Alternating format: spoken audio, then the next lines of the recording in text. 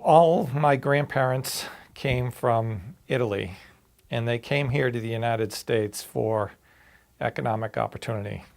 My grandfather actually settled here in Framingham, and my grandmother, when she came, she settled in Milford. They both came in their 20s, in their early 20s, so they came here as an adult speaking Italian.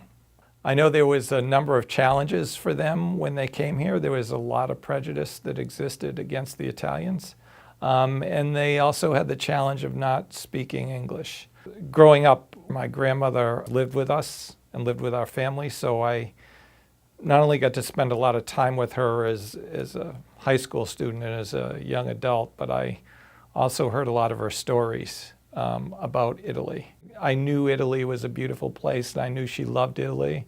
And I always wondered why she left in a lot of ways and why she left Italy. And a number of years ago, I got to go back to her village. We went there in August. It was so hot and dry that the fields were literally on fire. And to get to her village, we had to cross through a number of fires and smoke-filled highways to get there. And I think that explained a lot for me. She learned to speak English, surprisingly enough, in Framingham at what she referred to as the high school. So she probably was in one of the predecessors of this current program. She was also very proud that in the same program she studied to be a U.S. citizen. It was always very clear to us growing up that we were of Italian descent. In every step of the way, I think the worldview that we had was largely based on our Italian roots, and the worldview of my parents and clearly my grandmother. One of the things I think that's important that I learned, and part of my own immigrant background, was I understood the prejudice that exists for immigrant groups and the challenges that exist for immigrant groups, and particularly around language and how that exacerbates the ability to be part of your community.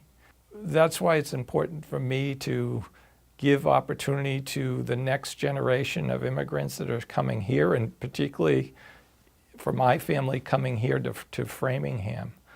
I think when you're limited in your language, if you only speak the language that you grew up with and you don't have the opportunity to speak English, your opportunity to be part of the Framingham community is limited to those folks that speak your language. If you can't speak English to get employment, to do any type of job, you're extremely limited, which then limits the next generation as well.